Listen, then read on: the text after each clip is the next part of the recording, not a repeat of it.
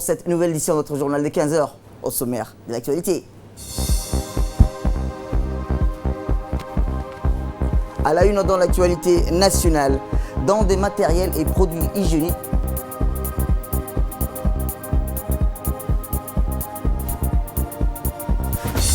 Et enfin, dans l'actualité internationale, la barre de 1 million d'Américains contaminés par le Covid-19 est franchie. C'était les titres. Merci si vous nous rejoignez. Ayant appris avec consternation le décès de M. Ali Guelleh Aboubakar, ministre des Investissements survenu dans la soirée de lundi 27 avril, les membres du gouvernement, les parlementaires, les autorités civiles et représentants ont unanimement leurs condoléances les plus attristées à la famille, défunt et ses proches. Ainsi, le sultan d'Aoussa en Éthiopie, Hafari Ali Mirah, et l'ensemble de la famille du sultan d'Ali Mirah, le président du FRUD, Ali Mohamed Daoud, au nom du comité exécutif et du comité central et des membres du FRUD, Logas Mustafa Mohamed Ibrahim, chef spirituel d'Irissa, le ministre de la Défense chargé des relations avec le Parlement, Hassan Omar Mohamed, le ministre de la Communication, Radouane Abdillahi Bahdon, le secrétaire d'État à la décentralisation, Hamadou Mohamed Aramis, le ministre de l'Économie et des Finances, et secrétaire général du parti RPP, M. Ilyas Msedewale, le ministre de la Santé, Mohamed Warsama Diriye, le secrétaire général du ministère de la Santé, Dr Salah Benoïta, Mohamed Abdelkader Ibrahim, chef du cabinet de la présidence de la République, Hassan Moumin Badon, présidente du PSD, Abdi Hussein, ancien ministre, Hussein Barkhat Siraj, ancien ministre, les ambassadeurs de Djibouti, en Allemagne, Adel Mohamed Dileta, ambassadeur du Japon, Ahmed Areita, l'ambassadeur en France, Aïd Moussa Yahya, l'ambassadeur du Koweït, Mohamed Moumin, ambassadeur de Djibouti au Soudan, Ahmed Ali Barre, consulant de Djibouti à l'Érythrée, Aden Ali Mohamedi, Barbara Menzi, coordinatrice résidente du système des Nations Unies à Djibouti, le représentant permanent de Djibouti en Somaliland, M. Hussein Omar Kaoulié, le préfet de Arta, Mohamed Cheikh Hassan, de Dikil, Hadan Moussa Dobok, Abdulmalik Mohamed Benoïta, président du conseil régional Dobok, Mohamed Ahmed Ismail, chef du village Dobok, Mohamed Ahmed Youssouf, président de l'annexe RPP Dobok, Ahmed Ali Hamadou, dit Ayash, le directeur général de la radio-télévision de Djibouti et l'ensemble du personnel de la radio-télévision de Djibouti, Hamadou Ali Hamadou, ancien président du RPP à Dikil, Ali Mohamed Gadile, leader communautaire et président de l'annexe RPP à Tadjoura, Qassim Haroun Ali, chef de cabinet de Djibouti Telecom, Mohamed Abdallah Youssouf, chef de quartier, Helamo Tadjoura, et Hussein Mohamed Gadito, leader communautaire de Weima, adressent tous leurs sincères condoléances à la famille et aux proches du défunt. Inna lillahi wa inna ilayhi raji'un. Autre actualité nationale, je vous le disais dans le titre, le FINIAP a octroyé un lot de matériel et produits d'hygiène et d'entretien. Mais avant de clore, le secrétaire général du ministère de la Santé nous rappelle dans le cadre de la lutte et la prévention du coronavirus. Voici son extrait. Sur la situation du Covid-19 à Djibouti, ce mercredi 29 avril 2020 se présente comme suit. 414 tests réalisés, 5 cas se sont révélés positifs. Il s'agit toujours de personnes de contact. 101 cas sont déclarés guéris aujourd'hui. Les données d'aujourd'hui démontrent que nous restons dans une phase de stabilisation de l'épidémie malgré la légère hausse constatée hier. À ce jour, plus de la moitié des cas positifs recensés à Djibouti sont confirmés guéris et ont quitté leur centre de prise en charge. Par ailleurs, l'état clinique des personnes encore sous traitement reste satisfaisant et ne présente aucune complication.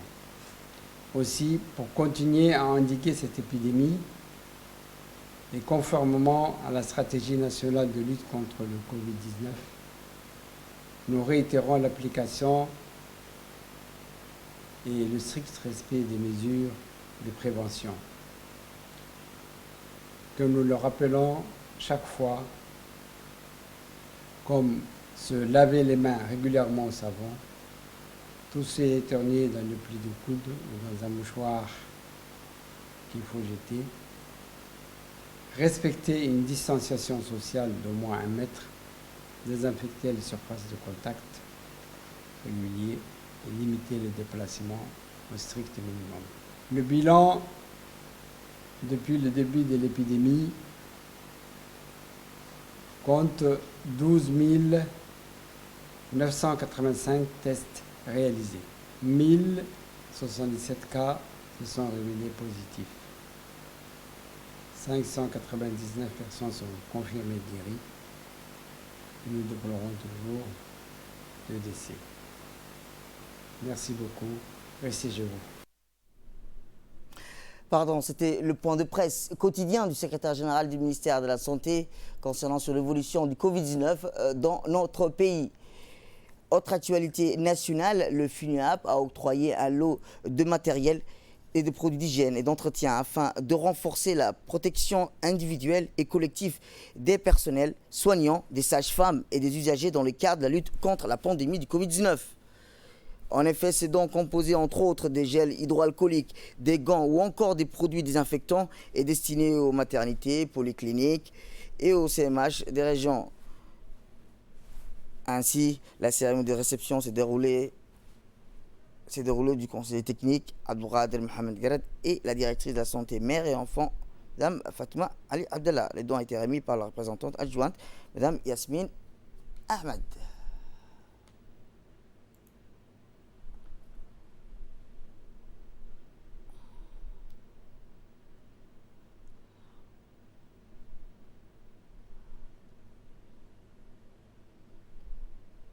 Pour bébés.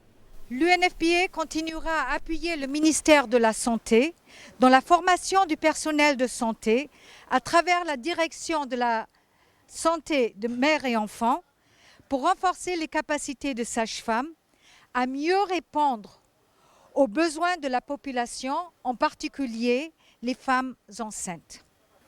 Je tenais à remercier le FUNIAP aujourd'hui pour la réception de ce matériel afin de renforcer la lutte qu'on est en train de mener ensemble dans le cadre de cette pandémie qui est le Covid-19. Le ministère de la Santé, à travers la direction de la santé mère-enfant, va essayer de déployer ce matériel qui a été offert, comme je le répète, par le FUNIAP. Et nous remercions chaleureusement notre partenaire qui est toujours là à côté de nous, le FUNIAP. Ainsi que autre actualité nationale, l'Agence nationale des personnes handicapées a remis aujourd'hui des matériels d'équipement et de protection au ministère de la Santé. En effet, le directeur général, M. Douale Sirid Mahmoud, a souhaité contribuer à l'effort national pour lutter contre la pandémie du Covid-19 dans notre pays. Réceptionné par le secrétaire général, Dr Salah Banaïta Tourab, en présence du directeur de la CAM et du directeur de l'hôpital pneumopsychologique, Shakib Saad Omar. Ces équipements sont composés notamment sur blouses de protection, des gants, des masques chirurgicaux, des thermomètres, entre autres. Il convient de noter que l'Agence nationale des personnes handicapées à besoins spéciaux a obtenu ces équipements d'une entreprise partenaire chinoise.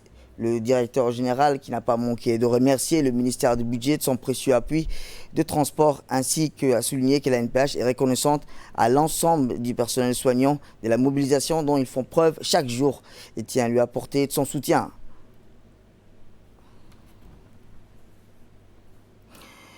Pour sa part, le secrétaire général du ministère de la Santé a remercié l'Agence nationale des personnes handicapées pour ses gestes généreux, notant qu'il contribuera aux efforts déployés par le ministère pour lutter contre le Covid-19. De Djibouti pour les démarches qu'il a effectuées afin de contribuer à la lutte contre le Covid-19 à Djibouti. Nous avons reçu ce don avec joie parce que chaque fois que nous recevons quelque chose, c'est une contribution de travailler dans des conditions de sécurité pour les personnels de santé. Si nous faisons aujourd'hui cette réception, c'est pour justement encourager d'autres associations aussi à faire les mêmes démarches auprès des connaissances étrangères pour aider le ministère de la Santé et le pays à faire face à cette pandémie. Je vous remercie, M. Douale, Et je vous encourage dans votre travail. Merci. Eh bien, depuis le début de cette crise, nombreux sont les Djiboutiens qui s'adonnent désormais au port des masques et des gants de respect. Des gestes barrières, rappelons-le, annoncés par les autorités sanitaires. Ces gestes sont notamment la distanciation sociale, ne pas se saluer, éviter les lieux d'attroupement, se laver régulièrement les mains au savon. Les Djiboutiens, même si au début ont assez de mal pour adopter ce nouveau mode de vie, ont finalement accepté de se soumettre et toutes ces règles car il y a de la survie, du salut de tous. Dans les lieux publics comme les magasins, les supermarchés ou les banques, ces consignes sont observées à la lettre. Et le meilleur, c'est que tout ceci se déroule de manière très naturelle. Comme vous le voyez sur ces images, les clients comme les responsables de ces établissements respectent ces règles et veillent à ce que la sécurité des lieux soit une priorité absolue.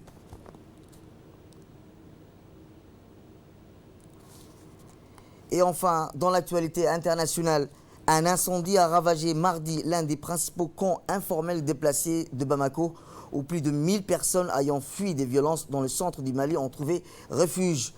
Il n'y avait mardi, en fin d'après-midi, aucune victime jusqu'à là, déclaré le ministre de la Sécurité, Salif Traoré.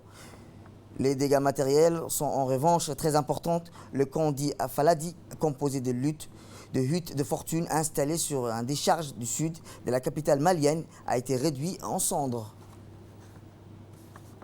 Et enfin, je vous dis dans le titre, les États-Unis ont franchi le cap symbolique de 1 million de cas diagnostiqués du Covid-19, soit environ le tiers du monde total, un cas recensé dans le monde par l'université Johns Hopkins. Donald Trump prévient que bientôt les États-Unis pourront tester les 5 millions de personnes par jour.